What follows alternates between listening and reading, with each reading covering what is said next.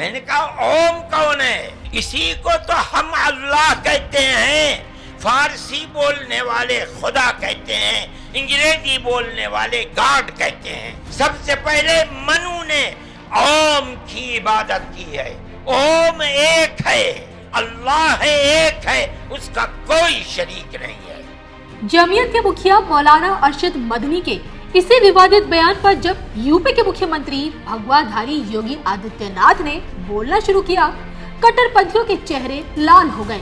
डंके की चोट पर यूपी के बुलडोजर बाबा ने कहा कि भारत हिंदू राष्ट्र था, हिंदू राष्ट्र है और हिंदू राष्ट्र रहेगा। और जब बात भारत के 20 करोड़ मुसलमानों पर आई, योगी ने भारत को मुस्लिमों के लिए दुनिया का सबसे महफूज देश करार दिया। आज की तारीख में भारत की उभरती सनातन संस्कृति भारत की पहचान बन चुकी है। विश्व के कोने कोने में हिंदुत्व का डंका बज रहा है।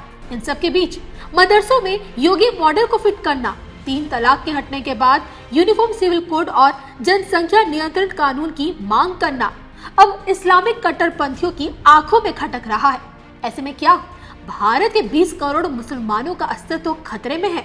इस पर इस्लामिया जिया उल कुरान नाम से मदरसा चला रहे समाज सेवी खुर्शीद मलिक चिश्ती क्या कहते हैं, देखिए सिर्फ धर्म ज्ञान पर। जैसे मोहन भागवत कहते हैं कि भारत के मुसलमानों का जो डीएनए है वो सनातन है, और जैसे आपने कहा कि सबसे प्राचीन सनातन धर्म है, तो क्या आप इससे इत्तेफाक रखते हैं उनकी इन बातों से? देखिए, मोहन भागवत जी हमारे एक बहुत सम्मानित व्यक्ति हैं जी, पूजनीय व्यक्ति हैं, बहुत बड़े संस्था चलाते हैं। वो दुनिया का सबसे बड़ा संगठन वो चलाते हैं। उन्होंने जो कहा तो वो कोई गलत तो कहा नहीं। और मेरा मानना तो ये है कि दुनिया के अंदर, वो तो सिर्फ भारत की बात कर रहे हैं, दुनिया के अंदर सनातनी है। जैसे ओम और अल्लाह वो दुनिया के अंदर है, तो ओम और अल्लाह पूरी दुनिया के अंदर है। मैं तो ये कहूँगा वो 52 कंट्रियों में भी है। यानी कि आपका कहने का मतलब ये मतलब है कि पूरी दुनिया के जितने मुसलमान हैं वो सनातनी हैं। पूरी दुनिया के मुसलमान सनातनी, पूरी दुनिया के हिंदू सनातनी, पूरी दुनिया के हिंदू मुसलमान भाई भाई, पूरी दुनिया के हिंदू जो है इस्लाम को माने, तो और पूरी दुनिया के मुस्लिम उसको माने। भाई आपत्ति क्या है उसमें? आप बताइए, कोई आपत्ति नहीं है। मैं ये कहता हूँ और गर्व से कहता हूँ, हम पक्के हिंदुस्तानी हैं, हम भारतीय हैं, हम तिरंगे की अपनी जान समझते हैं, अपनी शान समझते हैं और अपना अभिमान समझते हैं। और तिरंगा ही हमारी जान है और तिरंगा ही हमारी पहचान है। हम सऊदी अरब चले जाएं, हम कहीं भी किसी भी कंट्री में चला जाए, आप देखिए हमें हिंदुस्तानी कहा जाएगा। जब हमें हिंदुस्तानी कहा जाएगा, हमारी पहचान भारत है, हमारी पहचान हिंदुस्तान है, तो हम हिंदुस्तानी क्यों ना कहें गर्व से?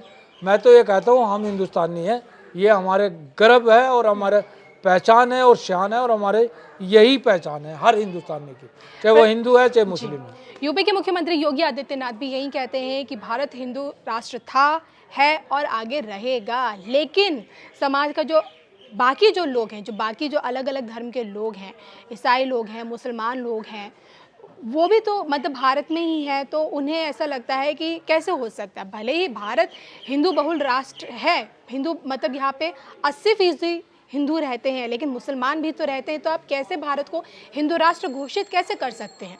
क्योंकि भारत तो संविधान से चलेगा ना, हिंदू राष्ट्र कैसे घोषित हो सकता है प्रैक्टिकली, आप ये बताइए। देखिए, राजनीतिक भाषण में तो कोई कुछ भी कहेगा, वो बात तो अलग है। अगर आपने वास्तव में प्रैक्टिकल की बात करी है, तो प्रैक्टिकल ये है, हमारा देश महान था, महान है और महान रहेगा जी। और वो हिंदुस्तान था, हिंदुस्तान है और हिंदुस्तान रहेगा। क्योंकि मुसलमान कितने हैं यहाँ? 20% है। 140 करोड़ में से 20 करोड़ मुसलमान हैं और 120 करोड़ हमारे सारे सनातन के मानने वाले लोग हैं। तो वो हमारे भाई हुए ना, तो वो बड़े भाई, हम छोटे भाई, तो ये तो दिल से स्वीकार करना चाहिए। रही उसकी संविधान से देश चलेगा, क्योंकि जो संविधान लागू हुआ, बाबा डॉक्टर भीमराव अंबेडकर जी ने जो लागू किया, और जो देश की आज़ादी में संविधान लागू हुआ तो देश तो चलेगा उसी से। हाँ, ये जीवन पद्धति है, जैसे धर्म है ये जीवन पद्धति है। जैसे हिंदू धर्म है, अब लोग कहते हैं भाई हिंदुस्तान बनाएंगे। अरे भाई पहले तो धर्म ही बना लो। हिंदू तो धर्म ही नहीं है कोई। आप देखिए जितने भी प्राण हैं उनमें सारे के सारे, आप कोई भी प्राण में या कोई भी गीता में, रामायण में, वेद में, शास्त्रों में, मैं आपको बताऊं 4 वेद हैं, 6 शास्त्र हैं, 18 प्राण हैं और 2 रामायण है, एक तुलसीदास जी की, एक वाल्मीकि जी की, और एक शिव पुराण है, एक मनु स्मृति है, 4 वर्ण हैं, 108 नीतियाँ हैं, निषेध हैं। तो और इसी में तो सारे धर्म निकले। तो हिंदू धर्म तो आए नहीं, हिंदू तो एक जीवन पद्धति है जी। तो आप ये देखिए, आप जब हमारा भारत है, भारत रामायण से जुड़ा हुआ है, श्री रामचंद्र जी से जुड़ा हुआ है। रामायण में जब रामचंद्र जी को 14 वर्ष का वनवास हो गया और वो चले गए और राज तिलक भरत को हो गया, तो भरत ने ये कहा कि मैं तो राजगद्दी पे नहीं बैठूंगा, अपनी माता को सबको जवाब दे दिया। तो वो उस वक्त जो है उनके खड़ाऊ लेने के लिए गए, पूरा शहर गया वन में और वो सिर पे रख के लाए और भरत ने सिर पे चरण खड़ाऊ रखी और राजगद्दी पे उसको रख के और 14 वर्ष तक वो राज किया और नीचे बैठे रहे। आप देखिए ये भारत तो ऐसा है, ये भारत तो पहले ही हिंदुस्तानी है और सनातनी है। और जो लोग वो रामायण के बारे में जानते तो है नहीं, उनकी चौपाई के बारे में गलत बोलते हैं, उनको मैं कहना चाहूँगा उसकी ये चौपाई भी याद रखो कि रघुकुल रीत सदा चली आई, प्राण जाए पर वचन न जाए। लेकिन चिश्ती जी, इसी सनातनी भारत में कुछ मुस्लिम धर्मगुरुओं का ये कहना है कि यहाँ मुसलमानों को खतरा है। इस्लामोफोबिया एक वर्ड आजकल भारत के डिक्शनरी में घुसाया जा रहा है। आपको क्या लगता है, क्या सच में भारत के जो मुसलमान हैं क्या वो अपने ही देश में असुरक्षित हैं? उन्हें किसी चीज़ का डर है? उनके अस्तित्व को कहीं कोई खतरा है अगर हिंदुत्व उभर रहा है तो? देखिए, इस पे मैं एक चीज कहना चाहूँगा जी। ना तो हिंदू खतरे में है ना मुसलमान खतरे में है।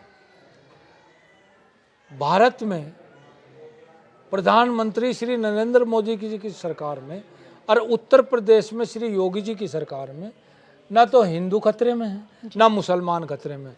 अगर कोई खतरे में है तो लुच्चा गुंडा बेईमान खतरे में है।